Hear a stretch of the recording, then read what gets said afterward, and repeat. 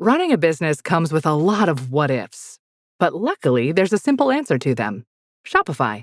It's the commerce platform behind millions of businesses, including Thrive Cosmetics and Momofuku, and it'll help you with everything you need. From website design and marketing to boosting sales and expanding operations, Shopify can get the job done and make your dream a reality.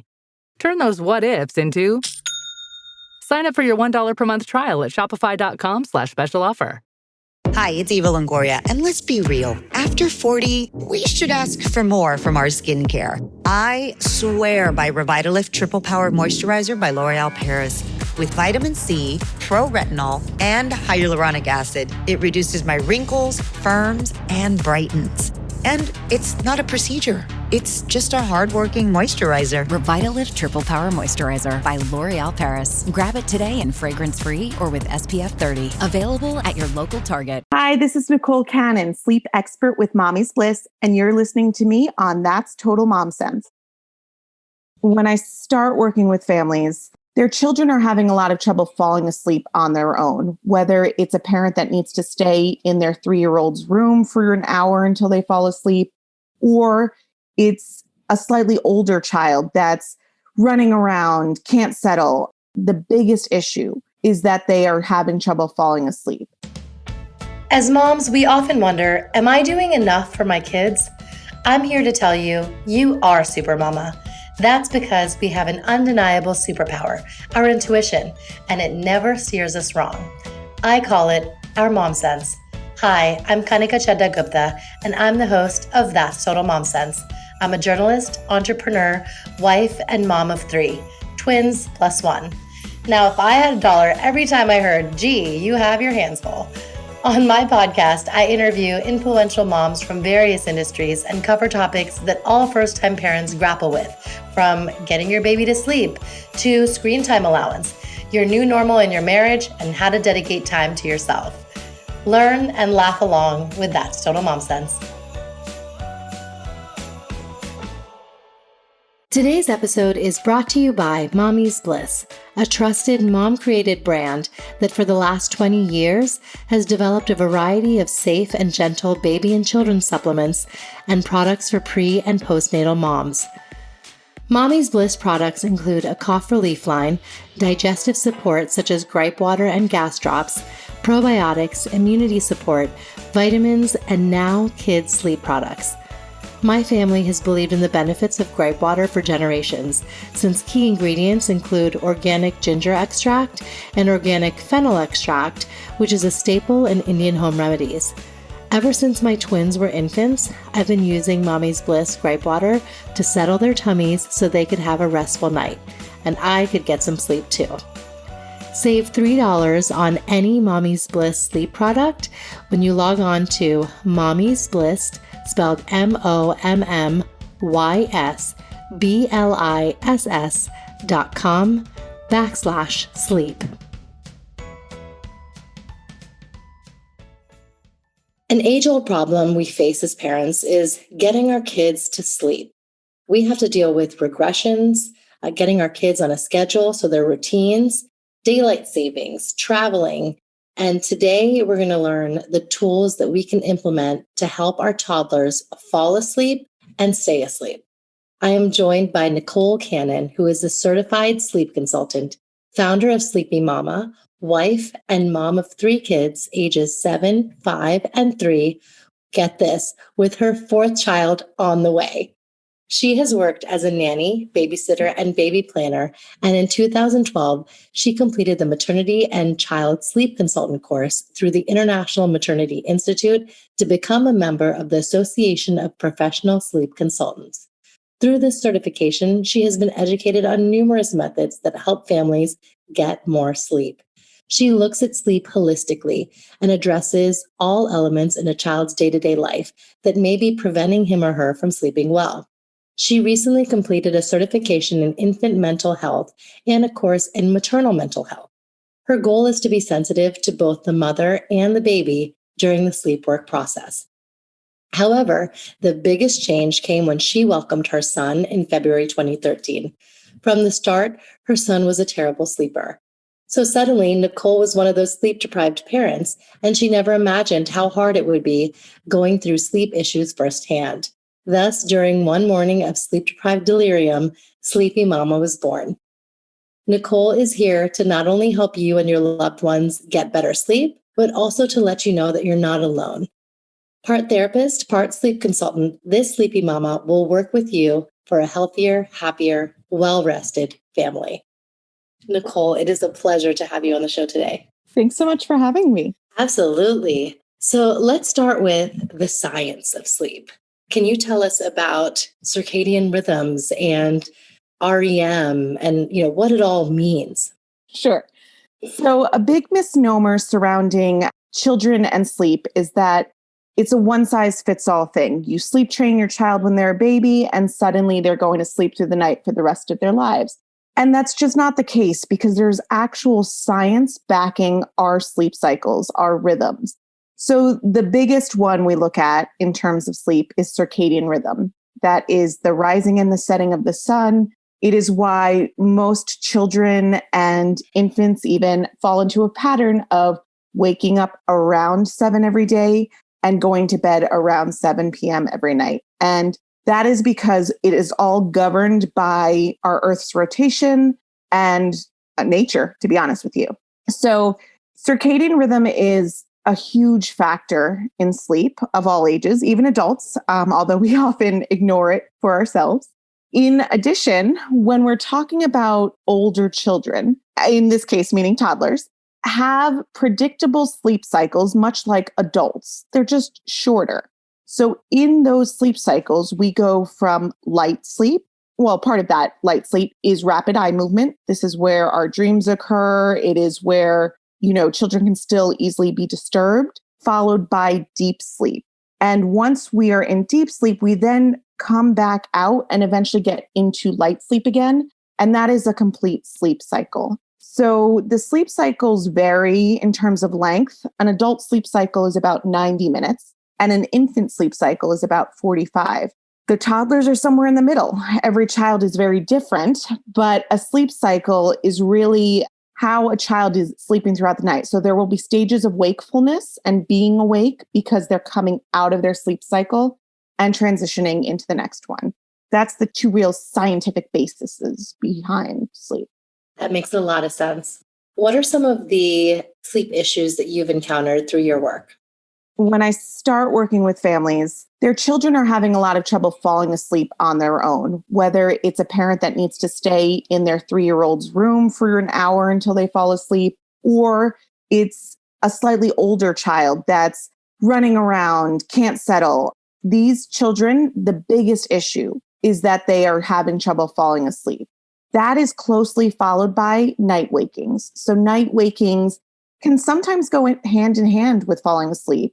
If a child has never learned how to fall asleep to start the night, they might struggle as they're transitioning sleep cycles, which is kind of going back to the science behind it. So I will often see families whose children can't put themselves to sleep for whatever reasons, but then they cannot sleep through the night either because they've just never learned how to transition cycles on their own. And then I'd say the other issue that often comes regarding sleep is incorrect timing, where a child that is 3 years old is taking a 2-hour nap, but taking 2 hours to fall asleep at night, or they're not sleeping at all during the day, and then they struggle because their bedtime is too late. So that goes more closely linked to the science of sleep again, where there is a biological rhythm, a biological time that's appropriate for certain ages. And if we miss that, whether it be sleeping too much during the day or not enough during the day, it can really impact their nights and cause issues with not only bedtime, but also with the middle of the night. Right. Makes sense. Could you tell us, when are appropriate times for a nap and then to actually put your kids down for bed? Sure. So there is some variation around the times. For example, in other countries, other parts of the world, they don't follow any of this. You'll see children who go to bed at 10 p.m. and wake up at 10 a.m. And that's fantastic. Again, it goes a little bit against sleep science because of the circadian rhythms, but it works. So all that is to say, timing can be very family dependent. However, if someone comes to me and they're struggling, Generally, we base it off of, again, this kind of 7 to 7 schedule. That does not mean every child at every age is going to wake up at 7 and go to bed at 7 p.m. So I often take the age into account first. A 3-year-old who is napping might wake up in the 6 o'clock hour, need a nap from 1 to 2, and then go to bed somewhere around 7, with the goal being 11 hours at night. If they nap a little longer than that because they're in daycare and the daycare enforces a 2-hour nap, their bedtime might push later than that. So for me, I base a schedule off of wake windows, biologically appropriate wake windows. For a 3-year-old who is still napping, my wake window is about 6 to 7 hours, meaning they wake up in the morning, their nap is about 6 hours later. That nap can be shorter or longer depending on their lifestyle, but then bedtime's going to be about 6 hours after that. A 3-year-old who's not napping might need to have a 12-hour wake window because they have no time for the nap during the day. So that translates into a much earlier bedtime, meaning if they wake up at 7 a.m., they might not even make it to 7 p.m. because their body is adjusting to not having a nap. So jumping from 6 to 7 hour wake window to 12 to 13 hours can be far too drastic. You'll even see some 4-year-olds and 5-year-olds who have just recently dropped a nap, and for them, they can't make it more than 12 hours before needing bedtime. But I try and look at wake windows as I build a schedule, and then from there, we find what the sweet spot is, whether they can tolerate 6 or 7 hours or they can tolerate 12 to 13. It depends on the child. That makes so much sense. And I love how you broke that down. I'm trying to kind of apply that to my household, but my 2-year-old still naps. He wakes up around 8-ish, and that nap is at 2, 6 hours later. Mm-hmm. And then with the 3-year-olds, and this is very common. So parents out there who are wondering, how come my 3-year-old just doesn't nap anymore? It's kind of happens. It's a natural phenomenon where I outgrow it, I guess. But my 3-year-old twins don't nap. And so they can go the 12 hours, 8 to 8 or so. But there were times where my son would be like lying down and playing with his car and doze off at 5. And I'm like, oh. So that's the sleep window that you're talking about. Yeah, it's a huge change. We don't take that into account when children drop a nap, but they're literally doubling their awake time. So sometimes, especially early in the transition, they might not make it the 12 hours and have to go to bed early, or some days they take a nap, some days they don't. It's just a really hard adjustment on both the parents and the kids too, because parents are, not a happy camper sometimes when their children skip that nap. Yeah, it's true. We should just all have dedicated nap time for the family. How amazing would that be? That's nice. Just everyone goes down at 1, refreshed around 3. It would be great. I think I definitely want to address, life in a pandemic and how that has changed schedules dramatically for parents, because we're homeschooling and kind of trying to juggle kids of all ages, and then that no nap, So what tools do you have for them? So this has been really challenging. And actually in the spring, I had my largest influx of preschool age children that I've ever had, just from the fact that kids went from being very physically and mentally stimulated to having that drop off completely. You've got parents who are trying to work as well as watch their children at the same time. And in all honesty, you get into a trap of potentially not playing enough with them, not getting them outside enough, giving them screens more than we should. So there's had to be some maybe non-normal adjustments that you wouldn't do in a normal non-pandemic world. For example, in my household, my 3-year-old, who is certainly not getting the stimulation he needs, is going to bed much later because he's just not tired enough. He's a 3-year-old that still naps, but I've had to cut it back drastically because there's no way he's going to take a long nap and still go to bed at a reasonable time. The trade-off is that I accept that, right? I say, okay, I know bedtime's going to be later. I'm not going to have the night completely to myself, but it's temporary. On the other hand, some parents really need that nap, like a long one, because they have got to work at home or they've had to work from home and need that break for their child.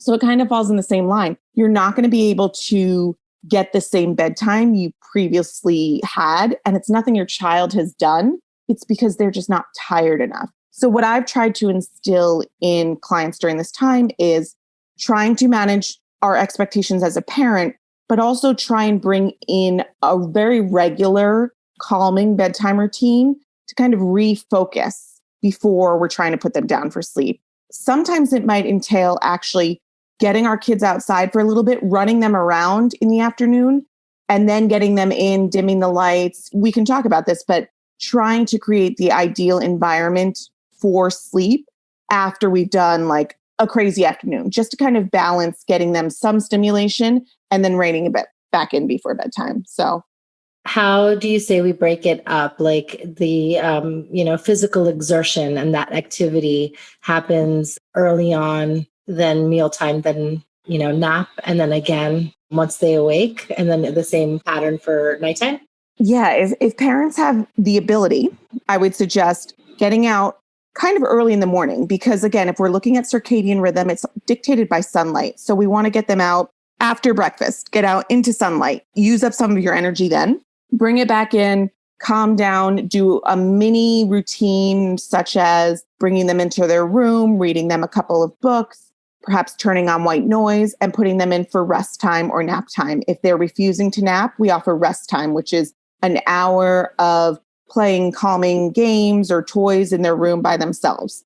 Then when they wake up, snack, go outside, run around again, get all of the energy out in those afternoon hours before bringing everyone back in, doing mealtime, dimming lights throughout the house because lights are really connected with that circadian rhythm, and then doing and establishing a very predictable daily routine in terms of bedtime.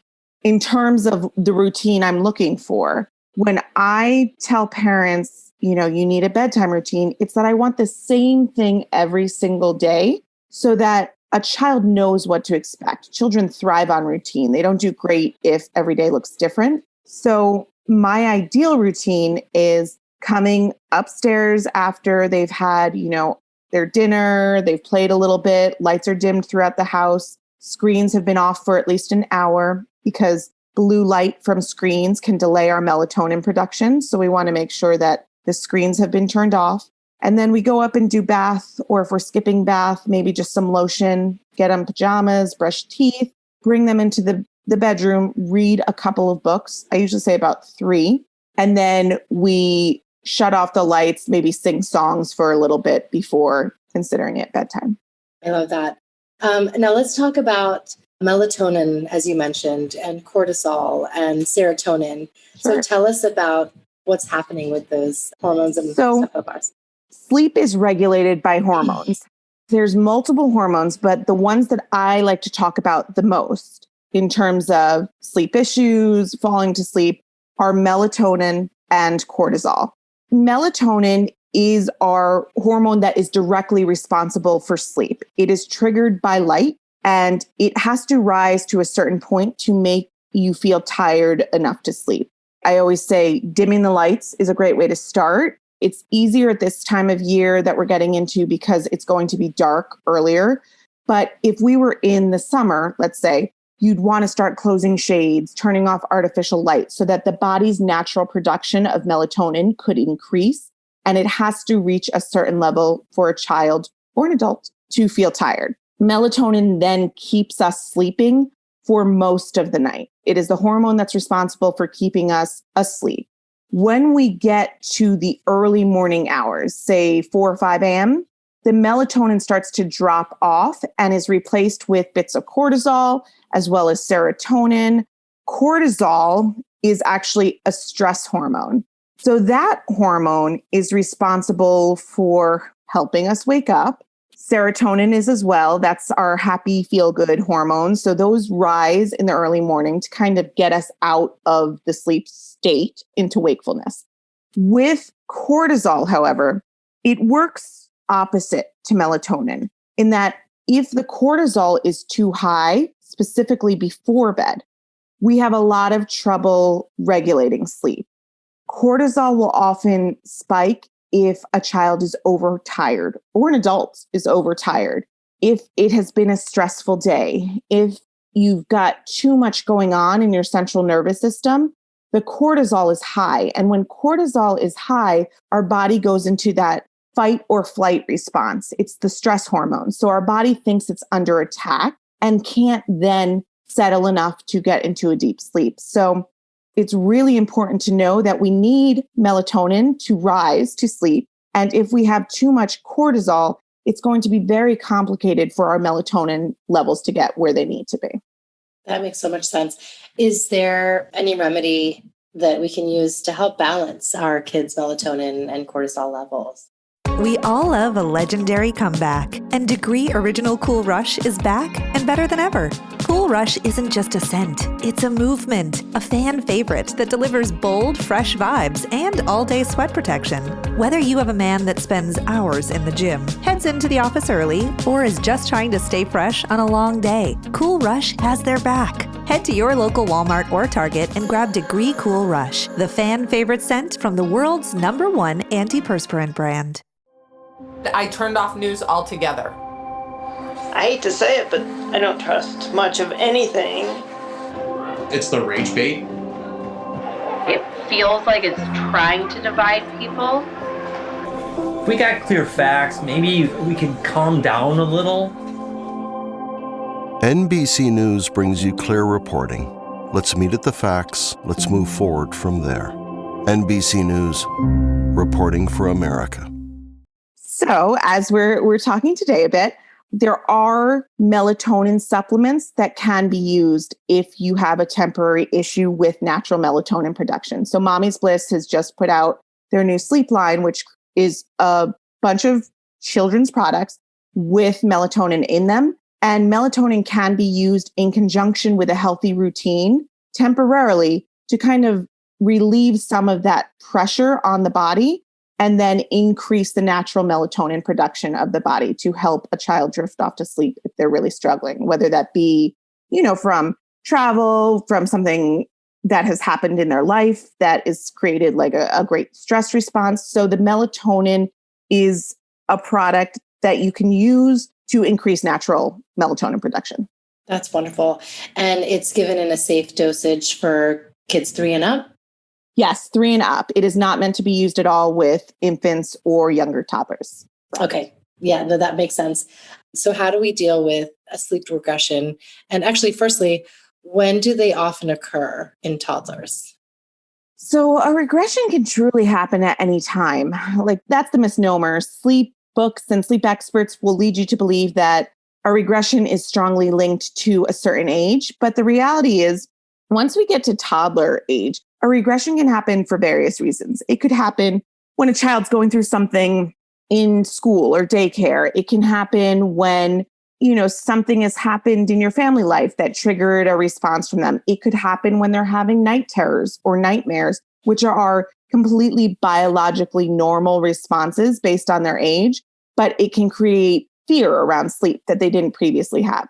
So from toddler age and up, regressions are various. They are not a specific age, I would say personally. But again, they can be linked to stuff developmentally. They can be linked to, learning a new skill in school. They can be linked to other sort of, I'm trying to think of like something developmental that happens great in the preschool years. Learning to ride a bike, for example. Okay. Crazy thing. That takes so much skill for a child that could be enough to cause a sleep regression. Interesting. Crazy. Yeah. Wow. And what about night terrors? So night terrors are sleep disturbances that happen when a child is in sleep. So they are not aware. It is not a nightmare. They are not going to be cognizant of it. With night terrors, you as a parent are going to feel helpless because there's not really much you can actually do. You do not want to go in and wake a child during a night terror. It will cause them to be disoriented. They're not in the proper stage of sleep. They're unaware that it's happening. Night terrors can sometimes be linked to being overtired. So if you get a child that is really struggling to fall asleep and is super hyper at bedtime, that can go hand in hand with night terrors. Room temperature, if it's too hot, can also be linked to night terrors. But in terms of what you can do for a night terror, there's not much. You should kind of take an approach of, if you go in, stay a little hands off, just make sure your child's okay, and they will eventually go back to sleep. Versus a nightmare, they're going to remember it. They're going to wake up in the morning knowing something happened. And then you kind of treat it differently. You go about trying to eradicate those fears around sleep because they remember it. Night terrors your child will not remember. Okay.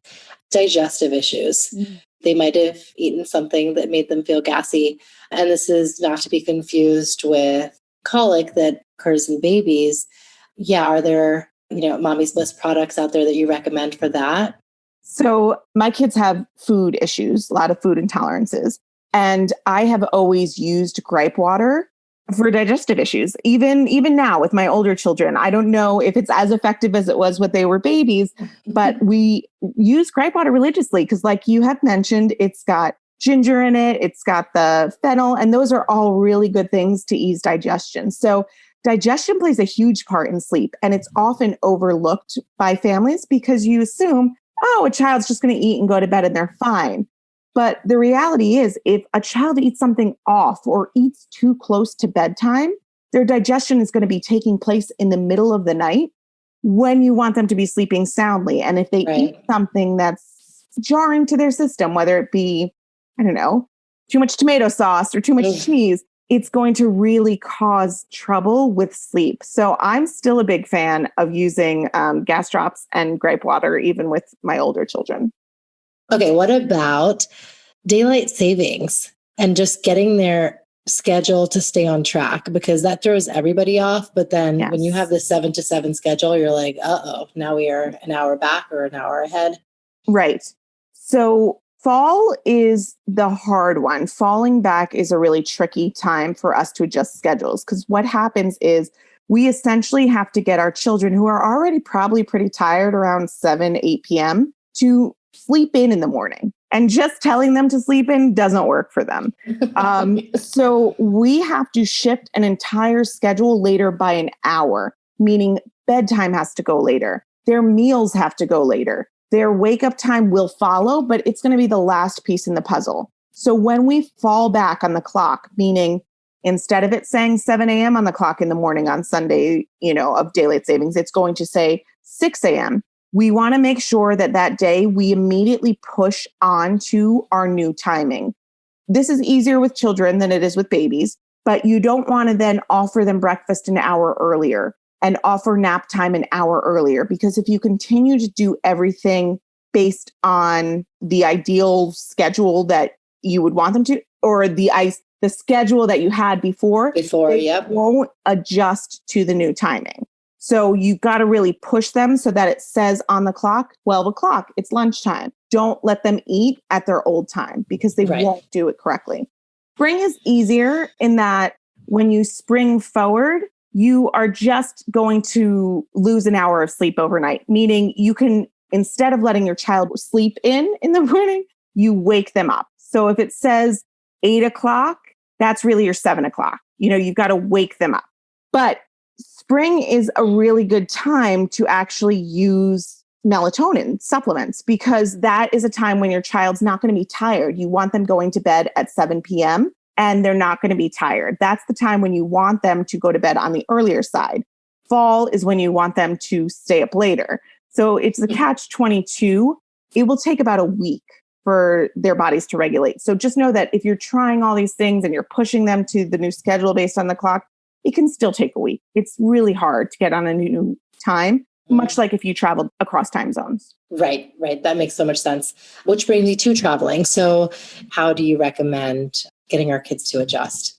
It's a matter of pushing them to your time zone you're in when you arrive, meaning when you get there, immediately start feeding them at what the time on the clock says. Don't let them just say they're going to eat now because that's when their body's used to eating. Push them a little outside their comfort zone. And this is, again, a really good opportunity to use some melatonin supplementing because it's going to get them to fall asleep on the new time zone versus their bodies still thinking you're on another time zone. It's challenging. You have to give them a couple days, a couple weeks, but you can get onto a new time zone as long as you push them to what the clock says versus just letting them kind of fall asleep here or there. And also give yourself a break, knowing that children will potentially sometimes fall asleep outside of the schedule. Sometimes they are just tired. They're on their old time zone. they can't make it, but try and get them to the new time zone on the clock. Right. So tell us what made you want to work with Mommy's Bliss?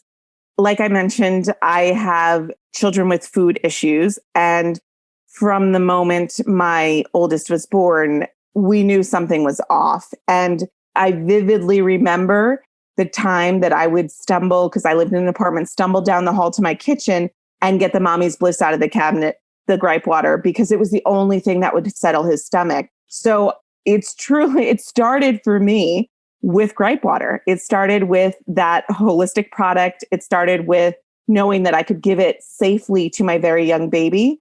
Over the years, it's progressed into other products such as the gas drop, the cough aid.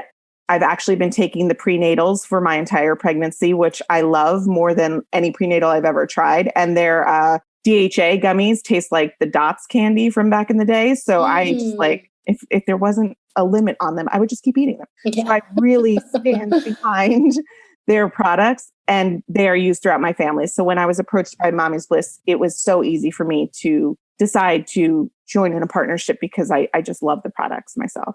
So what is your role as a member of the expert panel at Mommy's Bliss? I'm providing some insight through blogs. I am speaking on panels, ways to get out information about healthy sleep habits that work in conjunction with their products. And that's really what my expertise is being used for, to help know that there is a partnership between products and healthy sleep habits that are established altogether. That's great. And they really do go hand in hand. As a certified infant and child sleep consultant, how does your holistic view on sleep fit into Mommy's Bliss's new sleep line? I'm a holistic sleep consultant, meaning I look at the whole picture. So I don't know if holistic is the right word, but I don't look at sleep as a one size fits all problem. Like I mentioned, in the beginning of us discussing this, I don't think it's all about sleep training. I think there's so many other pieces that play a factor in a child sleeping well, such as nutrition, timing, environment, what else they are doing with their day, development, activity levels. That is the whole picture. It's not just behavioral modification. It is much more than that. And that is going in line with Mommy's Bliss. They are offering products, but those products are meant to be used in conjunction with a ton of other elements to create, in this case, healthy sleep, but maybe in other areas, healthy digestion or, remedies for illness. So for me, holistic means the whole picture, and it is a very broad overview in terms of sleep. Yes, I love that. So tell us about the campaign #BedtimeBliss. Yes, so is the campaign that Mommy's Bliss is running in conjunction with me, starting on November 1st. So the first night of our time change, of course. And it's going to be providing families with not only, more information about smart sleep solutions, but a partnership with myself on Instagram, along with a week-long bedtime reading series with children's book authors on IGTV.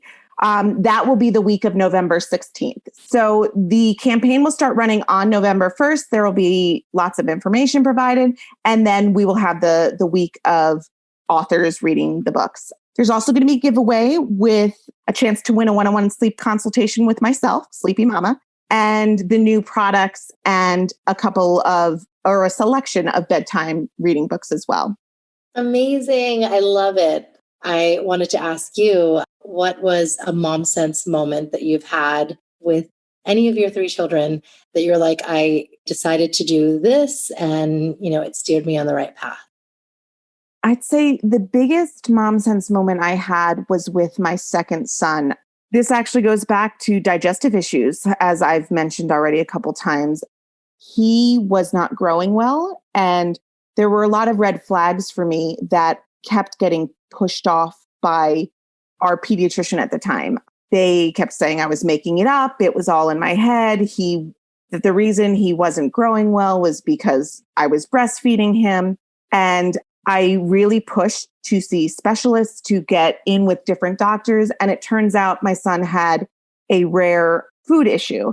So it's called FPIES or FIPPIES. And he essentially was not absorbing proteins from food and was having reactions to all his food. So if I hadn't followed my intuition and just listened to the first people, they would have written me off. And in return, I ended up finding the right doctors for him. And now I am well aware that all of my children have minor food issues, but, I was told that I was making it all up. So my mom sense kicked in and actually it enabled me to get help that we needed versus listening to outside sources. Let's not forget our quote of the day. Is there a quote that you live by?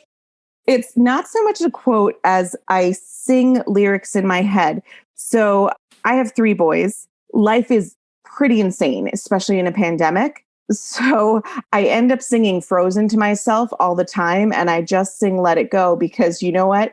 I'm a type A, I'm a control freak. And it's very hard with 3 young boys, especially being home with them constantly, to have control over everything. There's crazy stuff that happens in my house every day. So I just have to remind myself to let it go, take a deep breath, and then we move on. Because if I don't, I would be an anxious mess 24/7. So singing Idina Menzel, Let It Go is my, that's my quote. It's now time for Mom Haul, when we share products we love. Is there a product that you are just loving, especially from Mommy's Bliss's new line? Sure. So I think I've already mentioned I'm a huge fan of the Mommy's Bliss gummies. Obviously, I have not tried the children's melatonin gummies, but I have been taking the gummies myself. So I really love the gummies. They are delicious. Right now, the Mommy's Bliss Kids Sleep line is available on Amazon. So you can get the liquid, the chewables, and the gummies all available on Amazon. And where can my listeners find Mommy's Bliss, and where can they find you? Yeah, so to follow Mommy's Bliss, follow us on Instagram at Mommy's Bliss, spelled MOMMYSBLISS. And I spelled it out because sometimes mommy is spelled differently, as well as visiting mommysbliss.com. And to participate in our hashtag Bedtime Bliss campaign, be sure to go both ways. Go to Instagram and the website. And then for me, I can be found online at sleepy-mama, so sleepymama.com, or you can also find me on Instagram at sleepymama.nj, all linked together on Instagram. Amazing. Thank you so much, Nicole. I'm so glad we got to talk at length. I know we are probably hearing a sigh of relief on the other end of this from so many parents that are like, thank you. Thank you for helping us with all of this. Sleep habits are so important for adults and kids alike. And so if we can create that environment for our household, it's a huge win. So thanks for helping us with that. You are very welcome. I'm really happy that we got to chat today. Thanks for listening to today's episode. I hope you got some great takeaways from my chat with sleep consultant Nicole Cannon. Definitely join in on the campaign she talked about and enter the giveaway. You can follow Mommy's Bliss on Instagram, and their handle is Mommy's Bliss, MOMMYSBLISS, and her handle is at Sleepy Mama, and search the hashtag Bedtime Bliss. I'll be promoting it on my channels as well, and my handles are at Kanika Chada Gupta and at That's Total Mom Sense. Check out all of Mommy's Bliss's products, from sleep products to gripe water and pre- and postnatal care, at mommysbliss.com/sleep to redeem $3 off. Tune in to other episodes and browse my YouTube videos and blog posts on my website, that'stotalmomsense.com. If you have suggestions for show topics or guests that I should invite on the show, or you're seeking advice with your personal journey through pregnancy or parenting and beyond, I would love to hear from you. Write to me at that'stotalmomsense@gmail.com. Remember, always trust your mom sense. Stay strong, super mamas. See you next time. That's Total Mom Sense.